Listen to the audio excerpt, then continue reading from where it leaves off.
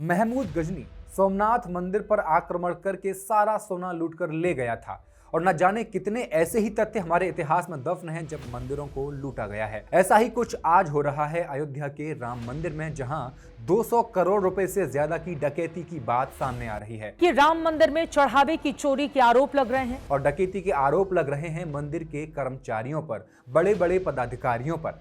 SIT गठित की गई है। पुलिस ने शुरुआती कार्रवाई में 5 कर्मचारियों के पास से करीब 2 करोड़ रुपए कैश, एक लग्जरी कार और 3 महंगे आईफोन्स बरामद किए हैं। कहा जा रहा है डकैती का काम 1989 से ही चल रहा है, जब से विश्व हिंदू परिषद ने राम मंदिर बनवाने के नाम पर सवा रुपया और शिलाएं दान करने का नारा दिया था। उन्हीं शिलाओं में करीब 1250 शिलाएं गायब बताई जा रही हैं, जो देश विदेश से आई थीं, जिनमें हीरे जवाहरात लगे हुए थे, जो सोने से बनी थी, अष्टधातु से बनी थी। सबसे महंगी शिला मुंबई के एक बिजनेसमैन ने दान की थी, जो मॉरिशस से लाई गई थी, वो भी गायब है। तो क्या है पूरा राम मंदिर चढ़ावे का मामला? क्या मीडिया रिपोर्ट्स का दावा ठीक है कि इस डकैती के बाहर आने की वजह है आरएसएस वर्सेस विश्व हिंदू परिषद के बीच की कलह है? राम मंदिर घोटाले की पूरी कहानी क्या है? फैक्ट्स एंड फिगर्स के इस एपिसोड में I will explain.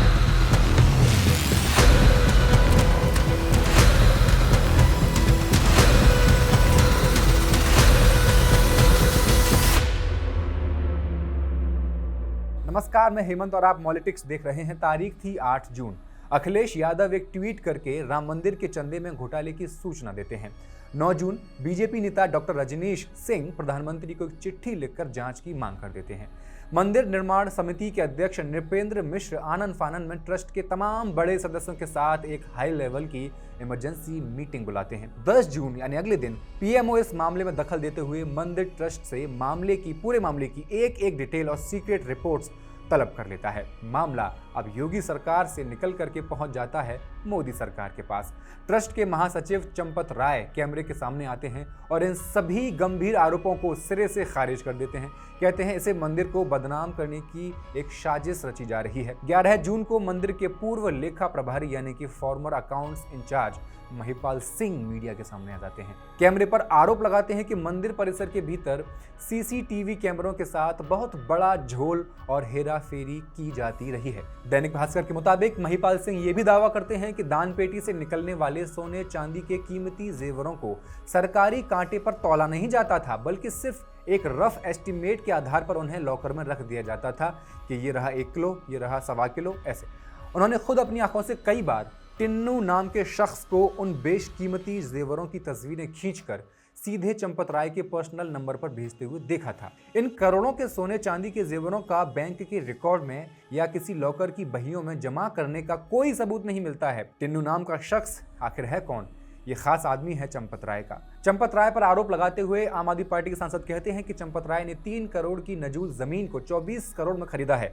Champat Rai कौन है? श्री राम जन्मभूमि तीर्थ क्षेत्र ट्रस्ट के महासचिव हैं। ये वाई कैटेगरी की सुरक्षा में रहते हैं। कहा जाता है इनकी बिना इजाजत के मंदिर का एक पत्ता भी नहीं हिल सकता। अब चलते हैं मंदिर के अंदर। रामलला के मुख्य गर्भगृह में कुल 14 बड़ी दान पेटियां हैं, जिनमें रोजाना तकरीबन 1 करोड़ रुपए से ज्यादा का भारी भरकम कैश चढ़ावे के रूप में आता है। चढ़ावे को एक सीक्रेट रूम में ले जाया जाता है। इसका रास्ता और इसकी लोकेशन ट्रस्ट और सुरक्षा एजेंसियों के चंद लोगों के अलावा किसी के पास नहीं होती। नोटों के पहाड़ों को गिनने के लिए 50 लोगों की एक टीम रहती है, जिन्हें 3 अलग अलग कैटेगरीज में बांटा गया है। पहली कैटेगरी के 24 कर्मचारी नोटों की गड्डियां गिनते थे और उनके बंडल बनाते थे। इन्हें ट्रस्ट ने एक प्राइवेट आउटसोर्सिंग एजेंसी के जरिए काम पर रखा था। किसने? ट्रस्ट ने, ना कि सरकार ने। इन 24 लोगों पर नजर रखने के लिए दूसरी कैटेगरी में ट्रस्ट ने अपने 12 भरोसेमंद मुलाजिम तैनात किए थे। इसके ऊपर तीसरी और सबसे हाई प्रोफाइल कैटेगरी में एसबीआई के 14 सीनियर कर्मचारी और टीसीएस जैसी नामी कंपनी के एक्सपर्ट ऑडिट टीमें बैठा करती थी, जिनका काम एक पैसे का हिसाब किताब फाइनल करना होता था। इन कर्मचारियों को हर महीने महज 14,500 रुपए की मामूली सैलरी मिला करती थी।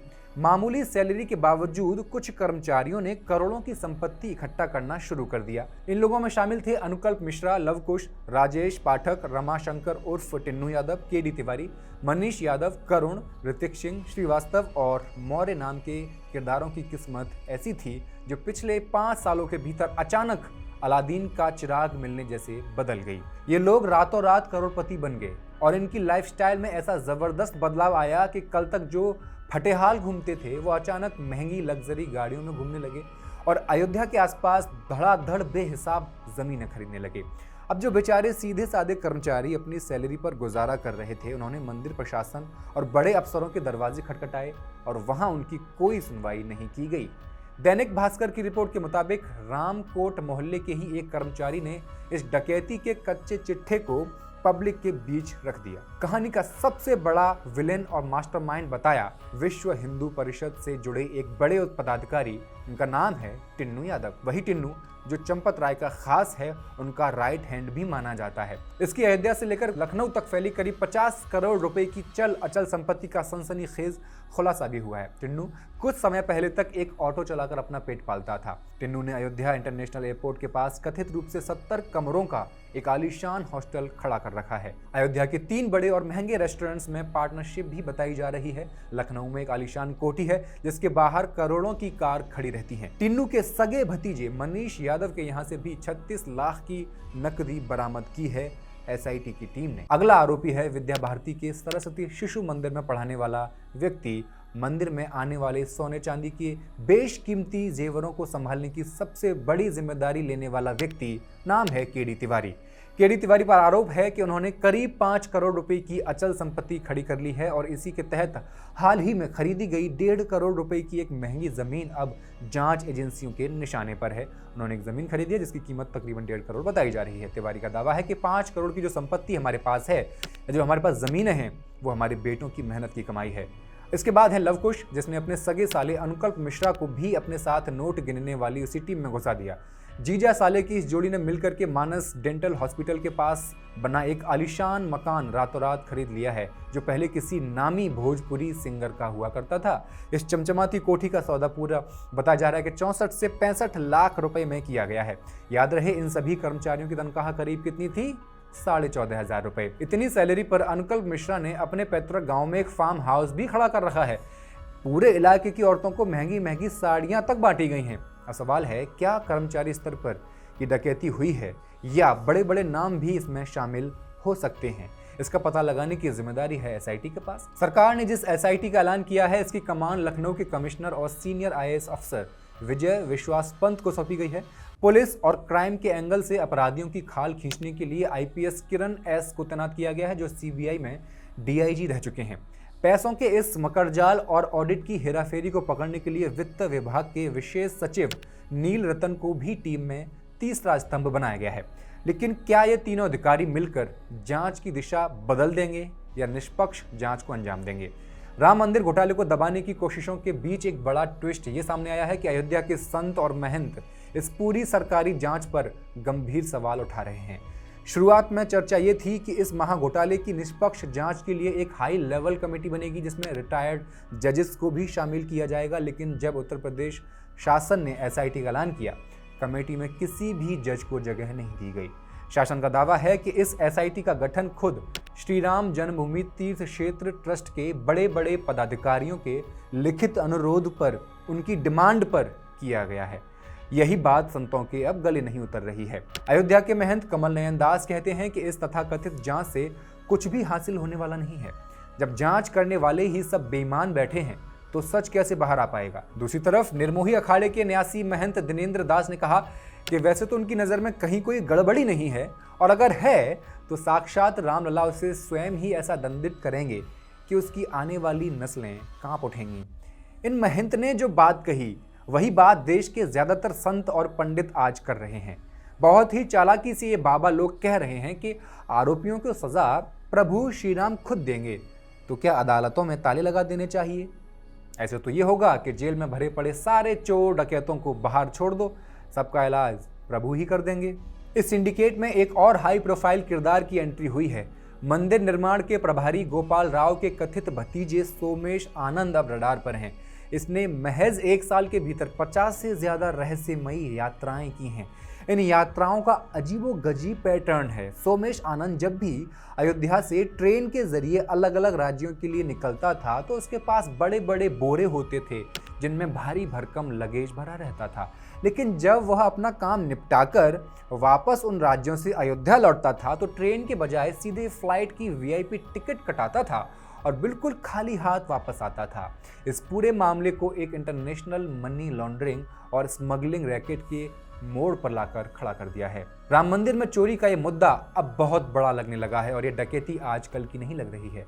राम मंदिर के पूर्व लेखा प्रभारी महिपाल सिंह 2021 का एक वाकया बताते हैं जब वो खुद राम जन्मभूमि परिसर के भीतर रहा करते थे। उन्होंने बताया कि एक दिन नोट गिनने वाले कमरों में चल रही बड़ी हेराफेरी को उन्होंने रंगे हाथों पकड़ लिया था, जहां कर्मचारी 10 गड्डियों की जगह 12 गड्डियों की पैकिंग कर रहे थे। महिपाल ने शिकायत चंपत राय से कर दी। शिकायत के बाद महिपाल सिंह को नोटों की गिनती करने वाले काम से निकाल करके बाहर फेंक दिया गया। 14 व्यक्ति नोट की सॉर्टिंग करने के लिए आते थे और बैंक के 2 अधिकारी, एक का नाम था रत्नेश चतुर्वेदी और एक का नाम था गगनदीप। वो लोगों को वो गड्डियां बनाते थे और गड्डियों को फिर 10-10 की गड्डी में पैक करने के लिए बड़ा रबर लगा के बनाते थे। तो 10 के बजाय 12-13 गड्डियां तक वो बनाते थे, पैक करते थे और बक्से में फेंक देते थे। शाम को उसका वाउचर बनता था, उनके हिसाब से उस पर वो सारी गड्डियों का वो 10-10 की फिगर आगे लिखते थे। इस तरह से जैसे मान लो 10 लाख रुपया उन्होंने 12 लाख पैक किया तो 9 लाख 10 लाख के आसपास का, कभी 7 लाख का, इस तरह का वाउचर बनाया करते थे। मैं जो जगन्नाथ मंदिर की तरफ गेट है उससे वापस अपने कार्यालय में आके बैठ जाता था और उनके पीछे से सुग्रीव मंदिर की तरफ से कोई गाड़ी आती थी उसमें उस बक्से को लेके चल जाते थे। वाउचर पे साइन टेन्नू के होते थे जो सुबह बैंक में जाके उस वाउचर पे साइन कर देता था और जो एक्स्ट्रा पैसा बैंक वाले लेके जाते थे उसकी बंदरबाट किस तरह से होती थी उसका मुझे पता नहीं है। एक दिन मुझे जब पता लगा कि इस तरह से पैसा ज्यादा जा रहा है, मैंने उस बक्से को रीओपन करवाया, उसमें 5 लाख रुपया ज्यादा था वाउचर से। महिपाल सिंह का आरोप है कि उनके हटने के कुछ दिन बाद चंपत राय का राइट हैंड टिन्नू यादव एक प्राइवेट कर्मचारी को अपने साथ लेकर सीसीटीवी कंट्रोल रूम में दाखिल हुआ और वहां लगे कंप्यूटर से रामलला के खजाने की सुरक्षा से जुड़ी पूरे 8 महीने की सीक्रेट रिकॉर्डिंग को पूरी तरह से डिलीट करवा दिया गया। महिपाल सिंह ने आहत होकर के हमेशा के लिए अपनी नौकरी छोड़ दी। इसके बाद इस महा घोटाले की परतें अब जैसे जैसे खुल रही हैं वैसे वैसे ऐसे घिनौने सच सामने आ रहे हैं कि आपकी रूह तक कांप जाए। अयोध्या की परंपरा के अनुसार हर साल सावन के महीने में प्रसिद्ध झूला मेला लगता है। श्री राम का उनके तीनों भाइयों भरत, लक्ष्मण और शत्रुघ्न के साथ एक विशेष और भव्य श्रृंगार कराया जाता है। चारों भाइयों को सोने के दिव्य मुकुट पहनाए जाते हैं। आज से ठीक 2 साल पहले सावन मेले के दौरान रामलला और उनके तीनों भाइयों के बेशकीमती सोने के मुकुट रहस्यमयी तरीके से अचानक गायब हो गए और कई महीनों तक पूरे मंदिर प्रशासन में किसी को कानो कान खबर तक नहीं हुई कि वो मुकुट आखिर गए कहाँ। जांच की गई तो चारों मुकुट मंदिर परिसर के अंदर बैठे ट्रस्ट के एक बहुत बड़े और रसूखदार पदाधिकारी की अलमारी से बरामद हुए। राम जन्मभूमि आंदोलन से जुड़े पूर्व कारसेवक संतोष दुबे भी अब पीछे नहीं रहने वाले हैं। वो लगातार आरोप पर आरोप लगाए जा रहे हैं। एक ऐसे ही गंभीर आरोप लगाते हुए उन्होंने चंपत राय को कटघरे में खड़ा कर दिया है। ये आज के घोटालेबाज थोड़ी नहीं, चंपत राय तो पुराने मास्टरमाइंड है ना। उन्होंने कहा कि 1989 में जब राम मंदिर आंदोलन अपने चरम पर था तब सोने, चांदी, हीरे, माणिक्य और अष्टधातु से बनी बेहद कीमती और पूजित 1250 शिलाएं यानी कि ईंटें अयोध्या भेजी गईं। लेकिन वो सभी 1250 दिव्य शिलाएं आज अयोध्या से पूरी तरह गायब हो चुकी हैं। ये सभी बेशकीमती शिलाएं साल 2002 तक अयोध्या के कार सेवकपुरम में पूरी तरह सुरक्षित रखी हुई थी। आज भी अगर आप कार सेवकपुरम जाएंगे तो वहां भक्तों द्वारा भेजी गई सामान्य मिट्टी की पूजित शिलाएं तो वैसी की वैसी रखी हैं, दिखाई दे जाएंगी, लेकिन सोने, चांदी और अष्टधातु की वो कीमती शिलाएं कहाँ गईं, उनका दूर दूर तक कोई नामो निशान तक नहीं है। संतोष दुबे ने इस घोटाले की सबसे बड़ी क्रोनोलॉजी समझाते हुए खुलासा किया कि कार सेवकपुरम में इन सोने चांदी की बेहद कीमती शिलाओं की देखरेख और सुरक्षा का पूरा जिम्मा किसी और के पास नहीं बल्कि चंपत राय के हाथों में ही था। संतोष दुबे कहते हैं कि जिस कमरे में शिलाएं रखी गई थीं उसमें 3 मजबूत ताले लटके रहते थे। बिना चंपत राय की मर्जी और चाबी के वहां परिंदा भी पर नहीं मार सकता था। दरअसल 1985 में श्री राम जन्मभूमि ट्रस्ट का गठन किया गया था। ट्रस्ट के अध्यक्ष परमहंस रामचंद्र दास थे। विश्व हिंदू परिषद के नेता अशोक सिंघल, गिरिराज, रामविलास वेदांती और चंपत राय समेत कई रसूखदार लोग भी शामिल थे। 1989 में विश्व हिंदू परिषद ने अपना देशव्यापी अभियान शुरू किया था। प्रसिद्ध नारा दिया गया, 1.25 रुपया दे दे रे भैया रामशिला के नाम का, राम के घर में लग जाएगा पत्थर तेरे नाम का। पत्थर तो सोने के मिले लेकिन गायब कर दिए गए। गायब करने का खेल तब से अब तक बंद ही नहीं हुआ, क्योंकि 2024 में चंपत राय ने मीडिया के सामने कहा कि मंदिर के खजाने में 1300 किलो चांदी और 20 किलो शुद्ध सोना आ चुका है। 2025 में 30 करोड़ लोगों ने अयोध्या में माथा भी टेका। कम से कम 300 करोड़ रुपए का तो भारी भरकम कैश चढ़ावा दान पेटियों में आना ही चाहिए था, क्योंकि गरीब से गरीब व्यक्ति भी 10 रुपए तो दान देता ही है, इतनी दूर जाता है तो। लेकिन 21 मार्च को ही ट्रस्ट की बैठक में जो आधिकारिक वित्तीय रिकॉर्ड पेश किया गया, उसके मुताबिक 1 अप्रैल 2025 से लेकर 28 फरवरी 2026 तक, यानी कि पूरे 11 महीनों में ट्रस्ट ने कागजों पर कुल चढ़ावा महज 54 करोड़ रुपए ही दिखाया है। जांच तो होनी चाहिए, लेकिन सवाल है क्या निष्पक्ष तरीके से हो पाएगी, या टिन्नू जैसे छोटे छोटे मोहरों की बलि देकर के प्रभु राम बाकियों की सजा माफ कर देंगे। कमेंट करके अपनी राय जरूर दीजिए और मॉलिटिक्स को सब्सक्राइब कर दीजिए। बहुत बहुत शुक्रिया।